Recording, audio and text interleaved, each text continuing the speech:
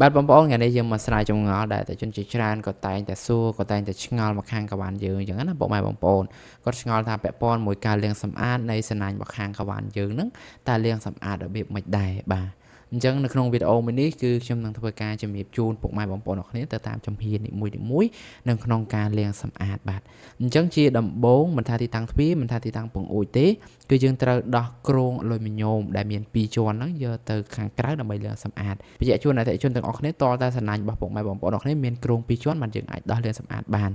បាទបន្ទាប់ពីយើងដោះចេញទៅហើយគឺយើងយកវាទៅលា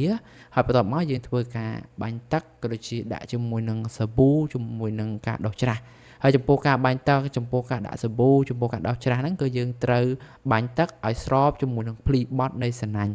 ជាមួយនឹងការដោះក៏ដូចគ្នាគឺយើងត្រូវធ្វើយ៉ាងម៉េចដោះឲ្យស្របជាមួយនឹងភ្លីបត់នៃសំណាញ់ដើម្បីកុំឲ្យប៉ះពាល់ទៅលើសាច់សំណាញ់បើសិនជាយើងដោះបញ្ច្រាស់គឺធ្វើឲ្យភ្លីបត់នៃសំណាញ់របស់យើងហ្នឹងគឺវាអត់នៅរក្សាភាពល្អទេអញ្ចឹងយើងត្រូវការដោះបដ ாய் បន្ទាប់ពីយើងដោះសម្អាតរួចរាល់ហើយគឺយើងធ្វើការបាញ់ទឹកសម្អាតម្ដងទៀតឲ្យវាជ្រះសាប៊ូឲ្យជ្រះជាមួយនឹងធូលីដីដែលវាមានជាប់មួយសំណាញ់អញ្ចឹងណាពុកម៉ែបងប្អូនបន្ទាប់ពីយើងសម្អាតបាញ់ទឹករួចរាល់ហើយគឺដល់ជំហានមួយទៀតគឺជាជំហាននៅក្នុងការសម្ងួតអញ្ចឹងបើសិនជាសម្ងួតពុកម៉ែបងប្អូនទាំងនេះគ្រាន់តែយកទៅហាលថ្ងៃទៅ